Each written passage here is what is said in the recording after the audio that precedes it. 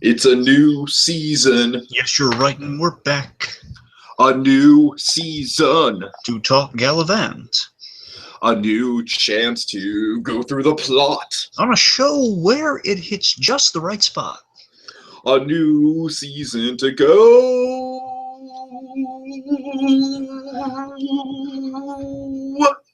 Galavant-Ing. Oh my god, I went super high on that last note. Did you like that? Yes. Probably not. Probably not. Or is it one time that you can actually compliment my singing for a change? Yeah, might have been a little nice on that one. All right, all right. Okay, so BlueDragonFive, we're back to talk about Galavant for the third to last time this season. It's been quick, man. It's been a fast 4 weeks. But we're talking about season 2, episode 8, entitled "Do the Do." Do the do, do the do. Oh yeah. Yeah. Very fun title to say. All right, so without further ado, BlueDragonFive, would you like to get into the musical recap? Would I? It's a dark season. After next week, it's done. A big ending. When they sing their last song. But first, a new recap before our heroes set off. Gal trains an army, but full of the undead. Sid rides off to prove himself. After killing Galavant, Richard gets to copulate. Isabella preps for war. When will Richard realize he has the hero's sword? Wormwood strikes a deal-o. On this new Galavant.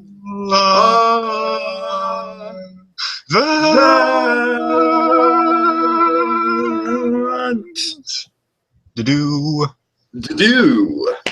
All right, well, I kind of messed up on that Sid part, but at least I got the copulate part right. So yeah, give me like a solid B minus. Well, in the ballpark, maybe. Oh god. All right.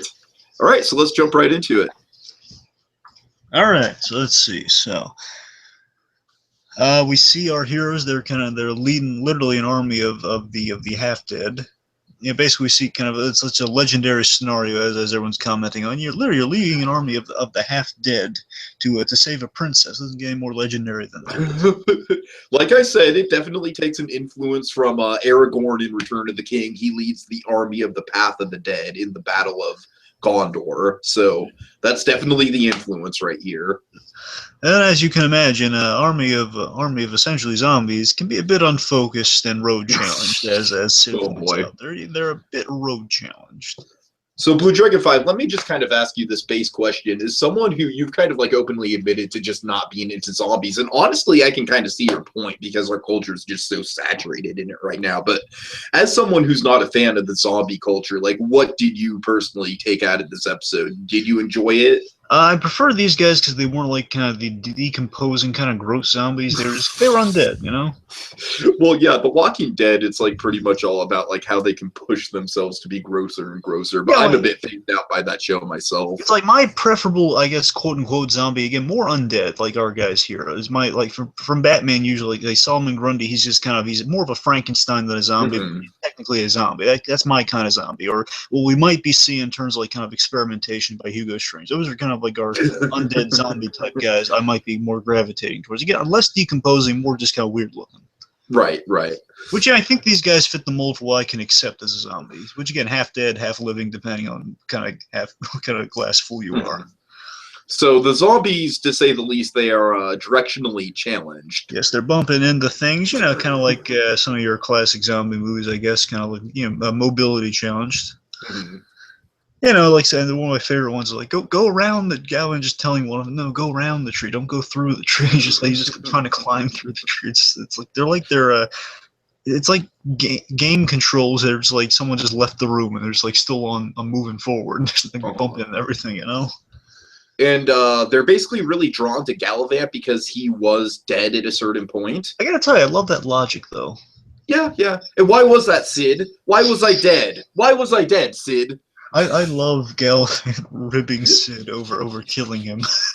It has a He great has payoff too. It has a really good payoff. he has every right to rib him because again, your squire's like, what if Robin killed Batman? And then Batman came back and says, "Oh, I'm sorry about that." Pretty much. Yeah, essentially that's it. It's like, oh yeah, well, All it cost you was a trip to the Lazarus Pit, Batman. You're fine. Yeah, but Dick, you're not getting the principle of it. You killed me. Oh God. Good stuff. All right. Yeah. Oh, Dick Grayson, how could you have killed me? Anyway, moving on. So let's see. So Galavant's still ribbing Sid over killing him. Pretty funny. Okay, let's see. Moving on. So they're close to Valencia. Oh yes. Hey, I can see X2 in the distance. There's Superman. I'm sorry. I had to do it. I haven't done it in a while. Okay, so it's like, I love how Richard is kind of commenting, because again, he was the king last season of this place. And life's weird. Hey, I love Galavant's retort. Yeah, cuckoo bananas, right. Right. Cuckoo bananas, I don't know why, it just makes me laugh. Anyway, so Galavant's planning to scout ahead, kind of night fashion, like any night, especially like a Batman, like a dark night, so to speak. You gotta, survey the area. Of course. Just saying, like in the Arkham games, he's, I'm just thinking night in the name, though. It's, it's kind of a vague thing with the Walking Dead, so to speak. Anyway, so point is he's scouting ahead like any hero would. Just kind of see, okay, the place is, the coast is clear, we're getting any answers. If Isabella is there, perhaps, getting a read of the area. Meanwhile, okay, he's going to scout ahead, leaving Richard and Roberta, telling him to stay put. And all Richard can talk about is trees. And well, before that happens, but Richard, he needs kissing advice. Oh, I'm sorry. I'm jumping ahead. He quickly says, Galavant, one more thing. And he runs up to him and he says, well, okay, listen, here's the thing. I need advice. Like, how should I do? I really want to kiss her. Should I just ask her permission? Should I surprise her? Should I put a dark robe on and say boo behind her? No, I don't have time for this, Richard, but just don't do the boo version. Okay, no boo version. So then we see the moaning army follows Galavant, and he just kind of he's like, oh, come on, just no, stay here. I need to see this scout alone for stealth, It's just like way more trouble than it's worth, it seems like at this point. It's like an army of revived puppy dogs. That's what it is. It's an army of revived puppy dogs. Stay. Oh, for God's sake. Okay, come on. Meanwhile, Richard's making some small talk here. Said, what is your favorite tree, Roberta? Bobby, what is your favorite tree? Because, I find myself more of an oak person. Then she kind of pulls him in for the kiss. Essentially, the guy sees stars. Kind of Steven Universe style. He sees stars, essentially. And then they kind of scurry away behind the tree for more, but Sid, as we find, is just kind of stuck with the horse, just kind of, I guess, stuck here listening to things. Oh, I can't believe I'm just going to sit here and just listen to this happen. Oh, by the way, with the song that follows, I guess we can save it for them. Let's just wait till then. Never mind. Mm-hmm. Meanwhile, let's see, Izzy and the Jester. By the way, every time I see this Jester, I'm just reminded of how tall this guy is. Man, I'm sure he's a very good stage actor. Yeah, it must be. Anyway, so Izzy and the Jester, basically, they're planning for surrender because obviously, as we found out last episode, they're way outgunned. I mean, they have chocolate and ridey horses. Ridey horses, indeed. That's all they have in their arsenal in the Hortensian army. Hortensian army. In the Hortensian army, that again, 11-year-old doesn't go for the awesome metal weapons. Instead, he opts for chocolate axes, which are kind of fun, but still, they want real axes though. Well, yeah, I mean the chocolate axes would be, borderline useless in a war, I'd say. Did his parents just abandon him? Who made him? Who made him ruler of this? Yeah, I don't know. I definitely think that Harry has probably been the weak point of the season so far. Yeah. If there's one weak point, it's got to go somewhere. So, and to be fair, he was the weak point last season too. I mean, as much usually more of a weak point than Madalena. It's just he was the reason. He was the reason I really didn't like that one episode. He just killed that one episode for me. I guess so. Yeah, I just didn't like Madalena's overall presence in the show, though. True, but I think Harry was just abysmally bad. Madalena was just like she had a laugh here and there, but very few. That's true. Okay. Because, I mean, like, of course, she was just more of the product to make fun of in the last episode, which is hilarious. Yeah, you're right. You got a point about that. That was a good payoff. All Ask to right. kiss her feet. That's an order from your king. Oh God. Okay, let's see. Point is, they are going to meet. And this is like an old timey thing where you meet before the war to kind of negotiate terms of surrender should you wish not to take part in the battle. Mhm. So basically, that's the plan there. Like the jester's waving a big old flag. He's holding it, saying, "Yeah, we're gonna surrender." Like obviously we're outgunned. So look, I'm very nervous about this. Oh, don't worry. It's a classy thing. We negotiate terms of surrender. Everyone's fine because obviously we're outmanned. And then Gareth and Madalena, they are not happy about this. Which, by the way, I want to point out the jester has this tick of making very dark jokes in the moment of like, we're gonna be made in the pudding and die. Oh God. It's like, sorry, can't help it. He gets like very morbid with the humor. He does. Meanwhile, so Madalena, I love how domestic it is. She's just shaving Gareth's head. That's so nice. So it's such a 50s housewife sort of thing to do. I love that. Anyway, yeah. So a little subtle thing I noticed about Madalena, I love how she's dressed. The way she's dressed for war looks like she's dressing like Gareth, which again I think is so cute. Yeah, that's nice. It's nice. She's wearing kind of the leather outfit, like Gareth. Yeah, it's a good design. But yeah, she's looking forward to the war. Obviously, as a thing she wants it. She wants to just kind of rub it in Izzy's face. So it's like when she sees the flag, she's just like, "No, I don't want them to surrender. I want to kill her."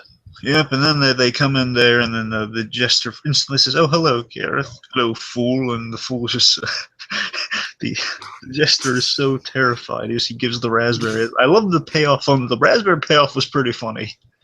Boy, it's pretty tense in here. So I love just Gareth's reaction to it. Just cracks me up. Like, wait, what? He's like so puzzled by the raspberry. What the? But anyway, so Madalena, basically, she's very disappointed that we're not gonna. What if I want us to have a war? Hey, look, it's in the rule book. You're gonna be like this, aren't you? Anyway, so she basically wants a lot to compensate for the lack of battles. She's pretty much asking for everything. The cruelest thing she asks for is to, even wants all the children's toys in the land to light them on fire in front of them. Which again, I'm loving this. I'm loving the comedic dark side of Madalena. Yeah, right. It's like this season we've seen a lot of layers to her. In this episode, we kind of get back to the more dark version, but after all the kind of like all the multiple facets of her personality have come into play, I think it makes this enjoyable dark version of her a lot more fun than what we got last season. Oh yeah. So let's see, and of course the kicker is that as Isabella, she reluctantly agrees before she can kind of sign the, dot the I's and so on and so forth with the quill. She's hit with, also you need to be my handmaiden. The main job of the handmaiden will be, and I love it, she brings it out for dramatic effect. She brings out the dramatic, will be to polish the crown. And of course, really, this is like a really cutting thing to her because, of course, this crown belonged to her mother. Which is very insulting. But then again, the Isabella's mother and father weren't really the most effective of rulers. No. I suck at war, honey. It's why Richard took over. Chocolate. Yeah. Might I make a prediction for the future? We're screwed. That guy's fun. It's like he's a depressed Canadian, Okay, anyway, let's move on. So, belonged to her mother. Anyways, then a cat fight begins, and I love how excited the jester, and especially Gareth, I've been waiting 2 seasons for this. Finally, I've been waiting 2 seasons for this. Oh yeah. Oh, Gareth. Anyways, so then this song starts. So let's address the songs of this episode. The songs are I guess there's more of them that are at least a little catchier. I think the last one's probably the best out of all of them. I wasn't really a fan of any of the songs in this episode, to tell you the truth. Yeah, that's what I'm saying. I mean, they're not nothing too fancy. But if I could take one of them, I'll take the last one. This one wasn't too bad, but it wasn't nothing that. This one, it's like, I mean, I kind of get what they're going for. It's almost kind of like an epic rap battles of history kind of vibe. Yeah, so this one at least was going for something. Which, I mean, it was entertaining, just not as entertaining as the other stuff, Right. That's the thing. I mean, the songs in this episode, I guess, were like there's more of an effort put into it than last. That's the thing, because the Gareth song, again, it wasn't catchy, but it was really great, though. Yeah, that's the tricky line you have to do with these musical things Again, sometimes. I didn't like that first song. I was mixed on the Gareth thing, and of course I love the goodbye number here. I mean, I like the ending one we're going to talk about. I have something to say about the middle one, but the point is I didn't hate any of the songs in this one. I didn't hate them, but I didn't love them either. But I like the last one though because it was a clever song. Yeah, for sure. The point is this one is I Don't Like You, which was was kind of a catchy, kind of like a cat fight, kind of rap battle type thing. In this corner, battle right on. Right, I'm not going to do that. Under this corner, Isabella. Okay. Anyway, so. Who won? So who's next? All right. You decide. All right. Right. Anyway, so as we can see, it's very catty, very quick. I mean, it's getting points on the pacing. Again, I like how it's not a rap. I mean, that would take it completely out of the time period. But it still has it's kind of a square off kind of song. Like it's a fight of a song, which is good. I took it as a rap. And that's nice. I didn't get it as a rap. But keep in mind, I took it as like I said, like an epic rap battles of history rap, and those quote unquote raps are written to be much more like structured like a song. Yeah, I mean, this is like a battle song more than a rap to me. But Exactly. One is it's very catty, very quick in the reports. Like it's a rapacious battle of wit between these two. Making really catty remarks to each other. I think the most entertaining element of it is the reactions that Gareth has. That was pretty funny. He's just like, oh, boom. But I mean, if you listen to the dialogue in the song, if you listen to the lyrics in the song, you get like a really good callback to the first season. As mentioned, he says, "What about that bad kiss?" Because of course we know that was kind of a fixture of this season. Sure. Your bad kiss. There was the. I'm trying to remember some of the other stuff.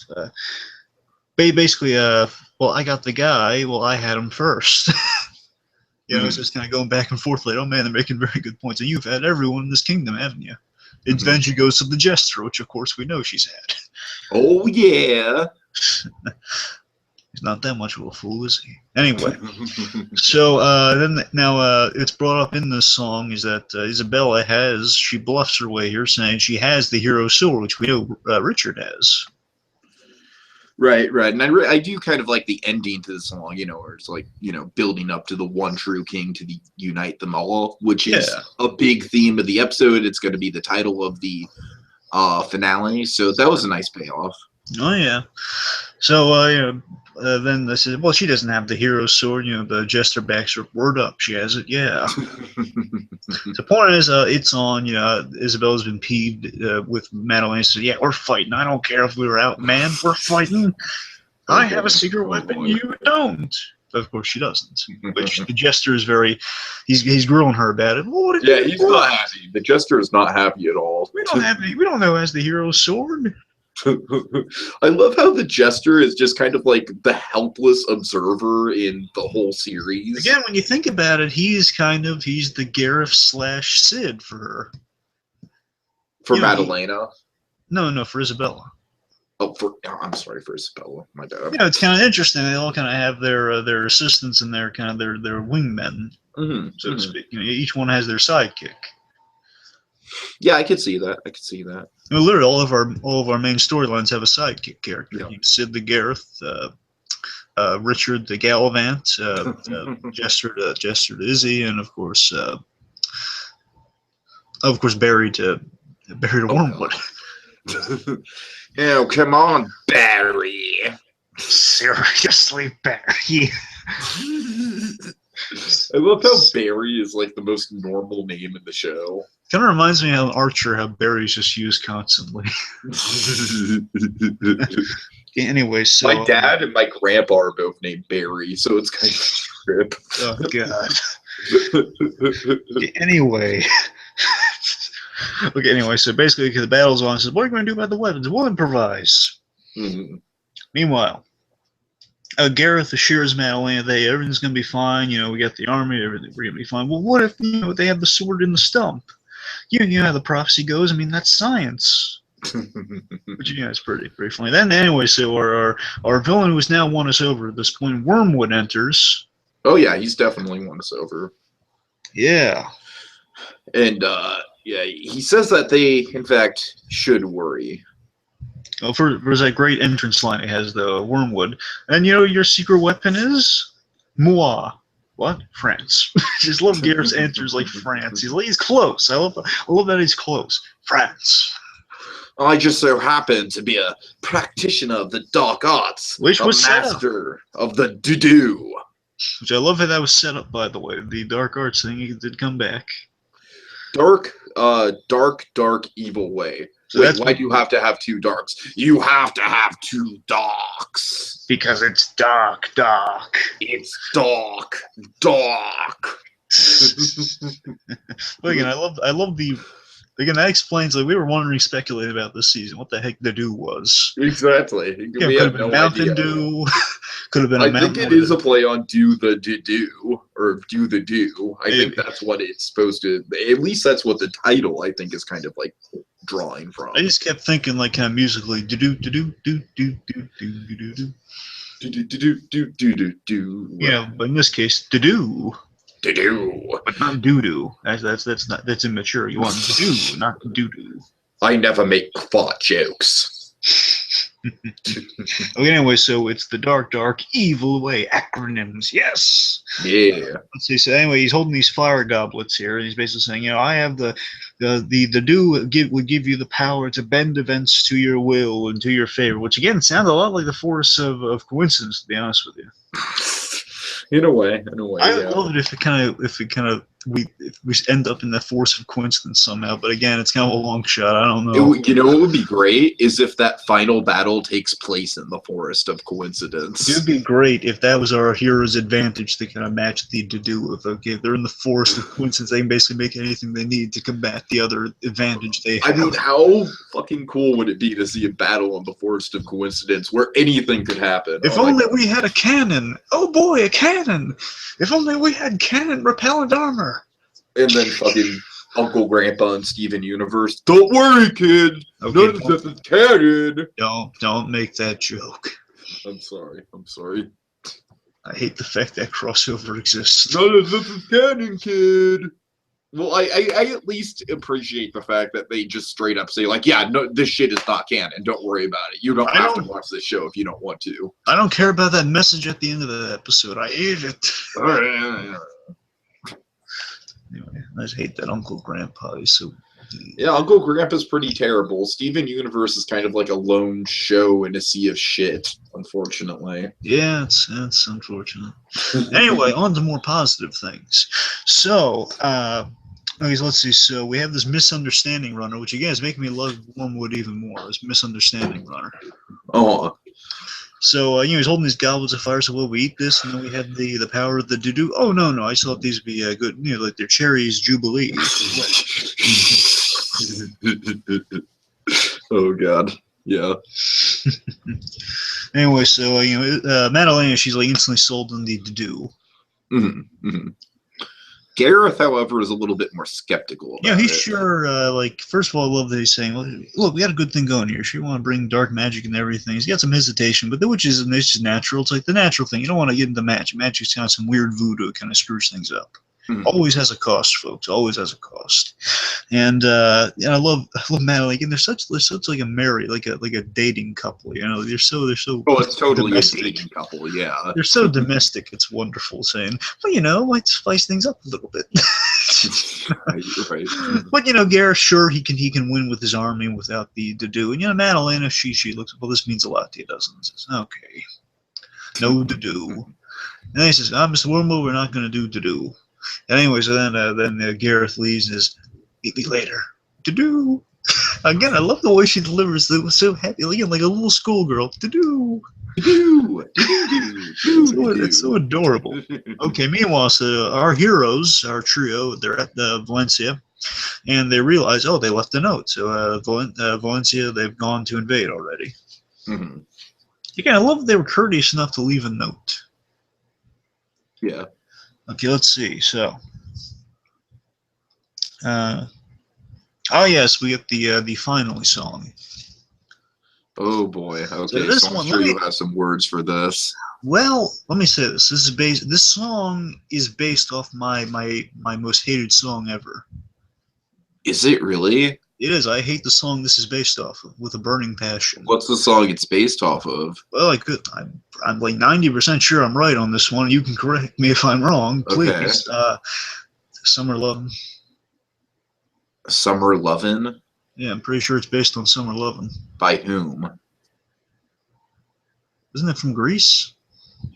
Oh, okay, yeah, I'm not. I dislike Greece. I just hate that song so much. I try to distance myself from it too. So I remember the scars being from Greece. I assume it's from Greece. Point is, this song was at least a tolerable version of that. So at least it wasn't that song. So I was okay with it. I didn't love it or hate it, but I was over hating because I hate the song it's based on.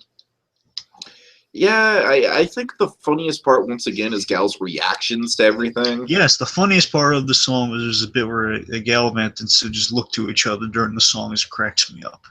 And again, I want to emphasize this. This song isn't, I mean, the way they did it here wasn't bad. I'm just saying the regular song I hated with a burning Yeah, passion. yeah, for sure. I want to make that clear. That's why I wasn't mad at the song or anything. So I don't mean to sound like I'm harping on the song. I'm harping on what it's based on.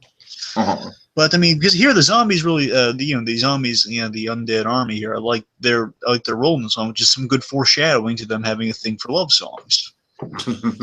Yeah, So basically, yeah. this song kind of turned my most hated song to something tolerable, which I think applaud. I guess that's props. You can give it props for that. Sure, Yeah. sure. Anyway, so let's see. Then you have this really great part of the song though, where kind of Richard says, tell her I love her, and then he says, I think I just did.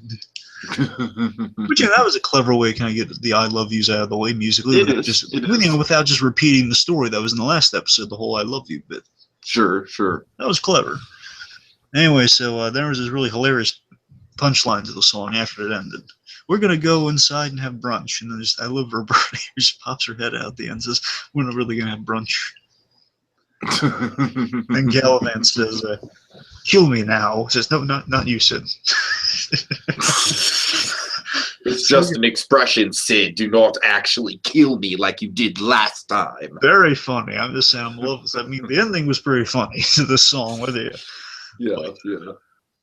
It was just kind of passable for me. I mean, I'm with you there. I'm saying this one was. I'm not ranting on this one. It was passable. Sure. Okay. Meanwhile, let's see. Madalena meets with Wormwood. She's ready to do the do. Yeah. Let's do the do. Let's do it. Yes, I love how he kind of applauds her. Oh, it's clever. Oh, thank you.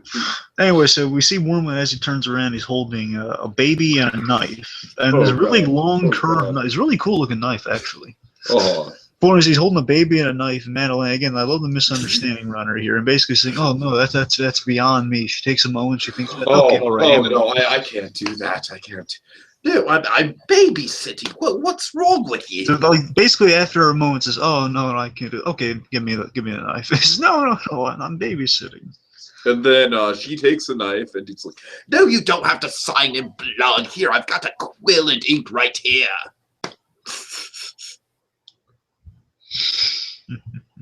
Yeah, really good stuff. So, I love the thank you bit from the dude. Like, I love the simple bit he compliments. She says, "Oh, thank you." Anyway, so importantly, with the signature there, she is signing away her immortal soul, but again, she's a little overzealous in signing it in blood. I mean, seriously, Madeline, you gotta wait for him to say signing in blood. He's asked you to hold the knife. What are you doing the signing in and like cutting the hand open? What's wrong with you, Maddie? All right, now can we please just step away from baby? I'm still a little bit weirded out by that. Yes, I love that. Weirding out Wormwood, you've got a problem. Yes, watching a baby for the kitchen staff, by the way, which is nice. Again, I love Wormwood. I love the mundane. He's such a nice guy. Exactly. Despite the fact he wants war and all that stuff, but he's a very excellent wedding planner. I mean, he wants war just basically for the hell of it. Yeah. It's a living. It's a living. I guess so. But, he pays the bills of the wedding planning, but, he wants a little something out of life. He wants the war out of life. Gotta pay the bills, Tyrese. Oh, God. Okay, anyway, but I just love the step away. I just love he's the responsible one of the step away from the baby. I don't trust you with it. Uh-huh. Okay. Meanwhile, Isabella is, with the weapons, basically doing a weapons inventory of what they have, the past, basically all the kitchen materials, like rolling pins, pots, and pans, whisk. And oddly enough, no knives. Apparently the chef took all the knives with him when he left. And by the way, where the hell is the chef? I'm going to bet you those two are going to come back to save the day in the last episode. Okay. It just kind of bothers me that they just kind of split and they've been gone for like half the season now. Well, I'm going to bet Almost you half the season. they're going to come back to save the day, I'll bet you. All right. Or at least have a part in saving the day. Yeah, well, we know they're going to come back in this next week, so we know that much. They have to. Yeah. Okay, let's see. So they have whisk, still no knives. Mm-hmm. One guy has a pointy potato, and this next one cracked me out. There's a man with a wife who gives very cutting remarks. Wood can be cutting. Yeah, and then she's trying to basically do the Gareth yeah, and to get everyone into the war spirit. Yeah, and there's no one's really thrilled by it. Meanwhile, this is pretty funny. Galavant is training the undead soldiers. No luck with that. And it was a really sweet bit for Galavant. He's just kind of reflecting on, I'm going to fail. This is impossible. I mean, an army of the undead, they got numbers on them, but there's going to be dead, and dead. I mean, Galavant is just like hit his low of lows now. He's come back from the dead, but now he's just like so unsure of himself, and he's in such a precarious situation. And he kind of reflects on the reason he came back in the first place. He came back for Isabella. She's burned into his soul. It's like he came back. He literally kicked death in the nuts for Isabella. Yeah, which is sweet. That's the ultimate romantic gesture, really. I guess so. In a way. He came back from the dead for love. And I love this. And the zombies, this to me, again, so odd, but so really sweet. The zombies are like, as he's just kind of mentioning love, they're putting their hands on his shoulders, like, yeah, love. And again, then he realizes, wait a minute, these guys, they'll fight for love. Will you fight for love? Yeah. And they're all like, okay, attention. Like now they're all together. Will you fight with me for love? And basically, it's so sweet about this, Tiki, is that all the townspeople in Richard's kingdom shot him down fighting for love, but these guys are all for it. Yeah, exactly. It's a nice little bookend to the season, and I really like just kind of the logic behind the zombies in that moment. And then there's this one overzealous zombie. He's really a nice guy saying, ever after. And then Galavant says, well said, my friend, well said. Well said. Yeah. Very nice. That's a take charge undead guy right there. That's a nice. that's an undead guy with a rotting heart of gold. Oh god. Meanwhile, Richard, he's ready to participate in battle. And he's overwatching over the usual way he goes in the battle. He's kind of watching it from a chair with a cucumber sandwich. And Galavant is strapped up in full armor. I think he looks really impressive here. Yeah, and Richard's saying, I found my manhood. I'm glad you found your manhood, Richard. He says, oh yes, Bobby found it a bunch of times. Oh god. So, by the way, so I wanted to bring this up during the final song. So so I guess, did they find themselves when they went behind the tree, or was it just at the castle? I'm going to guess that it first happened behind the tree, and then it proceeded a bunch more times at the castle, taking a wild hunch there. Okay, because the first time I was watching this, I was wondering if it sounded like he was just kissing during the song because he was. Well, keep in mind, Sid does say like, "Oh God, I'm going to have to just stand here and listen to this, aren't I?" Yeah, right. I guess it's. It still could have been kissing, but it doesn't make a difference. No, I don't know. I think with Sid making such a big deal out of listening to it, it has to be more than kissing.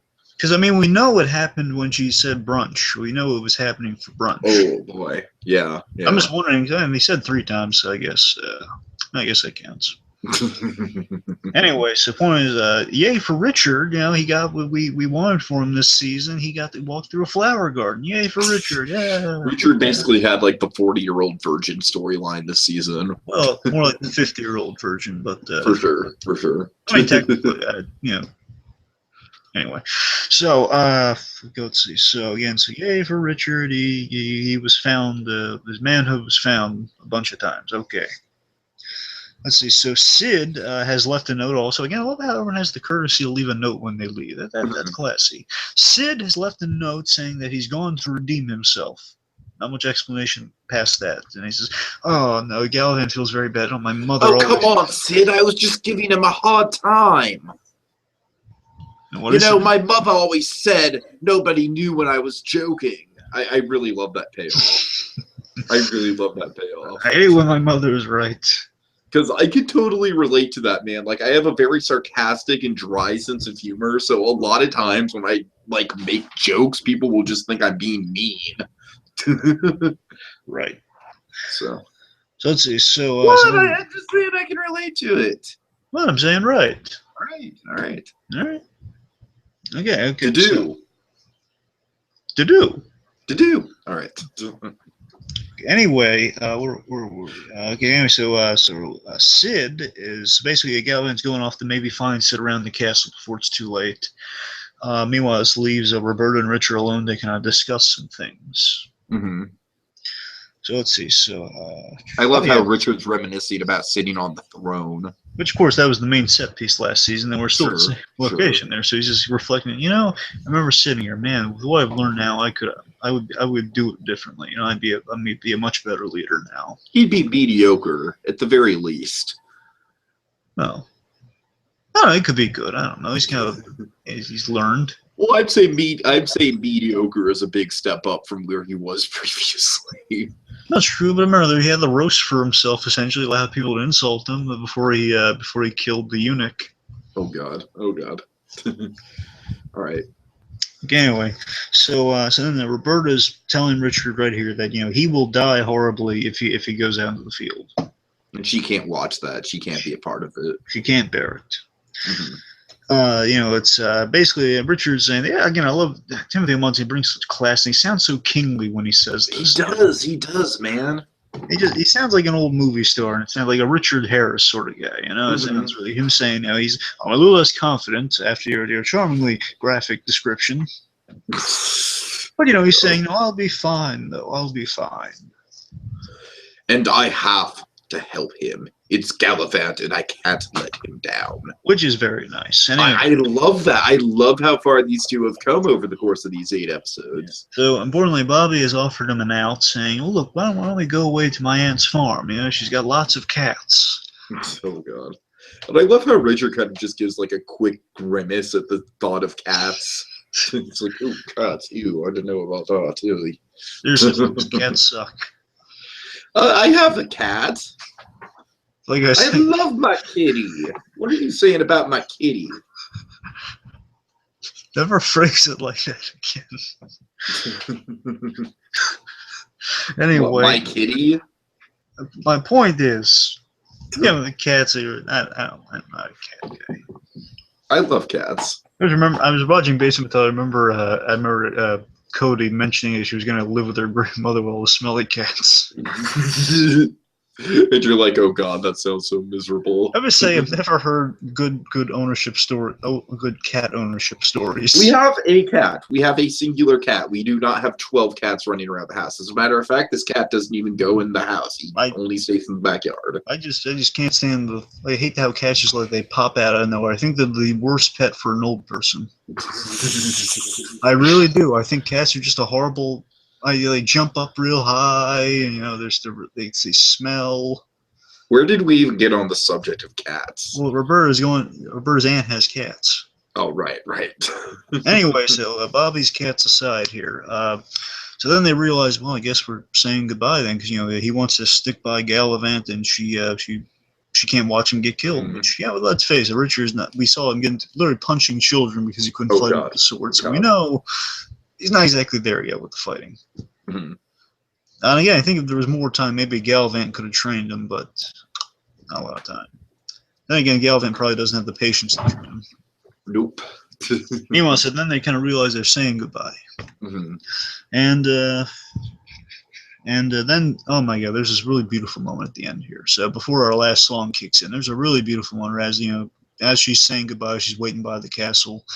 Richard and Galavant are on horses right next to each other. Really cool looking shot. But then I love the way it's like the most sincere line Timothy Omonte delivers here as Richard. He says, "Let's make the sacrifice worth it for love."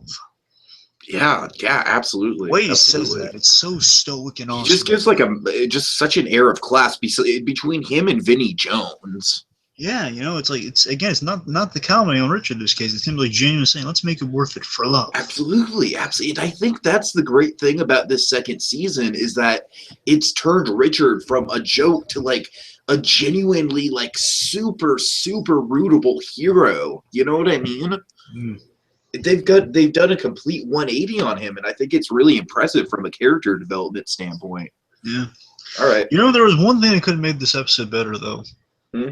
If there was a dramatic part where he would leave Tad Cooper with her. Yeah, I was thinking about Tad Cooper. I don't know where he is, but then again, maybe he's bringing him in the battle to turn into a dragon or something. Maybe. I think yeah, maybe we'll see a payoff for that. Like, I'm not saying he's going to turn into a dragon, but maybe he'll brief either, or he'll just save the day in some way. Or he'll just like get killed and it'll crush Richard's heart. That could be the thing. Well, again, we don't want to see him kill Gareth, so obviously he can't. Oh, he's going to have to kill Wormwood then. Yeah, we'll bring that up in speculation. Sure. Okay, anyway, so then we get this really awesome song, which kind of modeled our opening song out of Dark Season. Yeah, and I think this is probably the best song, although I just kind of consider it a reprise of It's a New Season. It is, but I'm saying out of this episode, it's probably the best one in this episode. I thought it was really clever that it was a dark reprise of the opening song, which I really loved their opening song this season. You know, it's a new season, so happy-go-lucky. This is like really brimming down. Like, you thought it was a new season, it's a dark season, actually. Yeah, and it was kind of a dark season in Galavant terms, because Galavant gets freaking stabbed to death halfway through. Yeah. Okay, anyway, so then, you know, it's a dark season. It's really catchy. What's really great about this song is that it's starting out really kind of like funeral bells. It's not funeral bells, you know, dun, dun, dun, dun, dun, dun. You know, it's like starting to ramp up, like, you know, big battles are coming. And Madalena's eyes go red for a bit of, oh boy, she's got the power of the dew in her. Right. Madalena's got the dew. And Gareth says, wait, what was that? Says, oh, look, a squirrel. Squirrel! Just imagine Vinnie Jones doing the voice of Alpha. Like, someone could dub that in somewhere of him saying squirrel on Alpha. Squirrel! Oh, look, a squirrel! Tell me that wouldn't be hilarious. No, that would be. That'd be an easy editing job for someone. And again, I like the meta gags in this ending, by the way. Levis should say, I'm riding off to somewhere, because basically he doesn't know why, though. Right. But where, I don't know. And then we get this really great, this was a fun meta gag that Roberta, she's saying that, you know, she's off to live with her aunt with cats, and she's basically, the camera just keeps panning away from her. She's just trying to stand still and sing the song. She's just trying to chase after the camera. Right. Pretty funny. Yeah, it was fun. And then we get this really awesome build, and this is like kind of bringing back the old Galavant theme in the end there, but it was also like there's like this really kind of, and we need a hero, and the hero's on his way. Na, na, na, na, na, na. Feels really awesome. Yeah, that was great. That right there is kind of a nice little Mencken touch, you know, of like, just, I really like how a new season, and also like I noticed throughout the season we've gotten like the kind of quieter moments have been like, you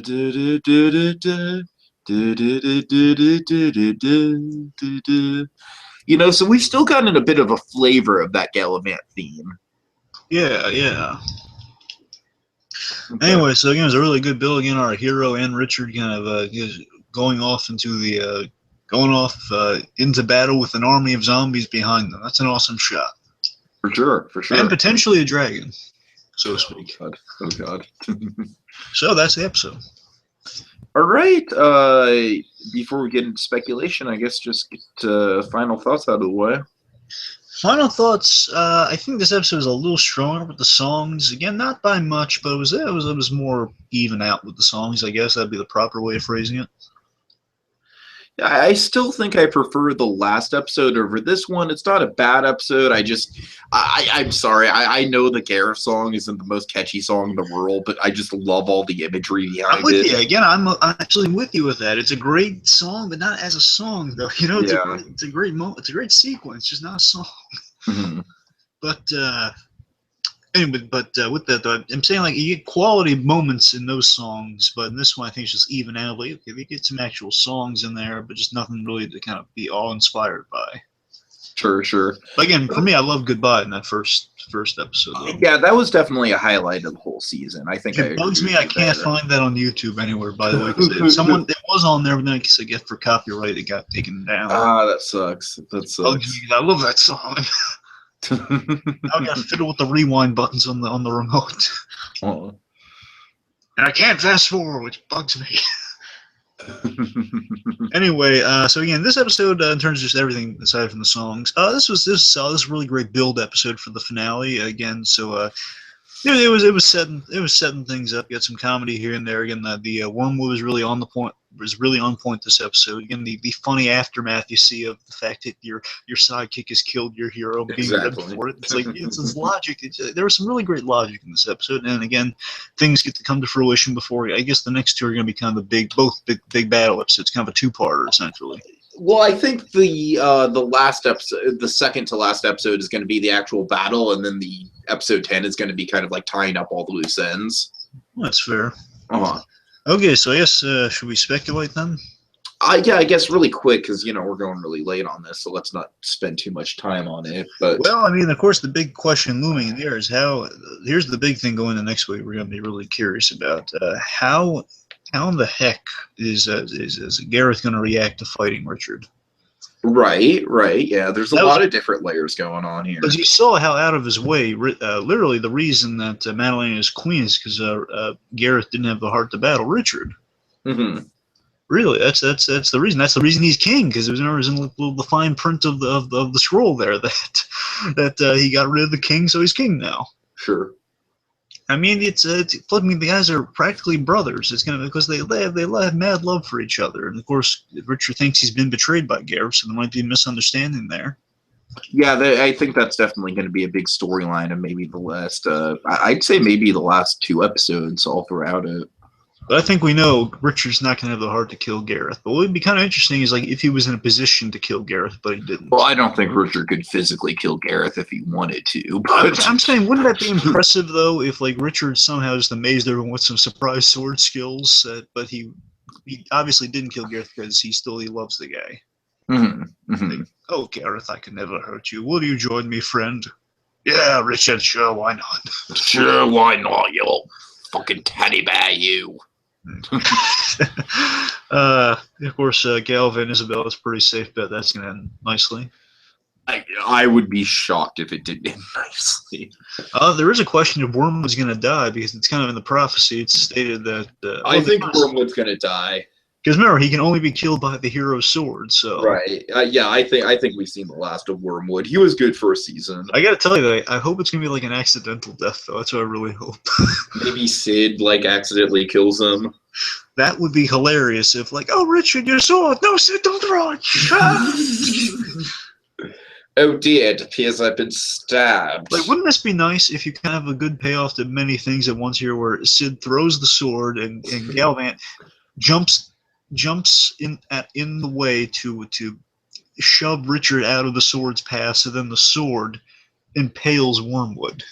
Ooh, yeah, nice. So at the same time, Galavant has saved Richard, much to Roberta's sigh of relief. Oh, thank God he didn't die in the battlefield. Wormwood's dead, and the world's maybe has some final wedding planning words to Barry. Barry, make my funeral a nice one, and take care of the wedding. Make sure the invitations are hand decorated. And what if this? If you want to bring him back, what they could do? Zombify him. No. Well, what they could do is Barry's just kind of sadly carting his body, kind of style, funeral style, basically a cart with a black sheet on it. So it's you don't see. It's kind of like Young Frankenstein. Okay, I'm sorry. That's even more disturbing than my zombie idea. No. Let me finish. Okay. Barry's carting him through the forest of coincidence as, I'm alive. It was a flesh wound. Yeah, you're right. They could always go there. They could always. That would be your ultimate Monty Python joke. Oh dear, Barry. It appears it was only a flesh wound. But we're not going back there to mess with those guys. They freaking stabbed me. What do we do now? 2 more wedding plans. I think there's genuinely kind of a question of I'm sure they won't have as many cliffhangers, but are they just going to wrap everything nice up with a bow, or are we going to see some things up in the air? Well, I want them to end this season a little more solidly than the end of last season, just in case they get canceled. Mm-hmm. Again, they took a really big gamble with the first season, so I wouldn't want them to chance it, but I wouldn't mind them leaving it open enough to do another season, like I don't want to say just end it on like, oh, we're getting married, and then of course that's how Wormwood comes back, he's planning the wedding. That would be kind of awesome. Remember, we have 2 wedding potentials. We got 3 technically. We have, of course, Galavant and Isabella, and of course we got the chef and Gwen. Of course. And Richard and Roberta, possibly. Possibly. Maybe even Gareth and Madalena. Who knows? Maybe she's got commitment issues though, and she's using dark magic behind his back. That's true. Yep. All right. One last question. Where the hell is Weird Al? I really want to see Weird Al show up in these last 2 episodes. We'll see next week. I know. All right. I guess that's it. Yeah. Okay. So I guess you want to take us out? I guess. Now that's the end of this episode. That's as far as we could go for now. In this new season of music and laughs. A new season as we recap and chat. And go. Galavant. Galavant. Galavant-Ing.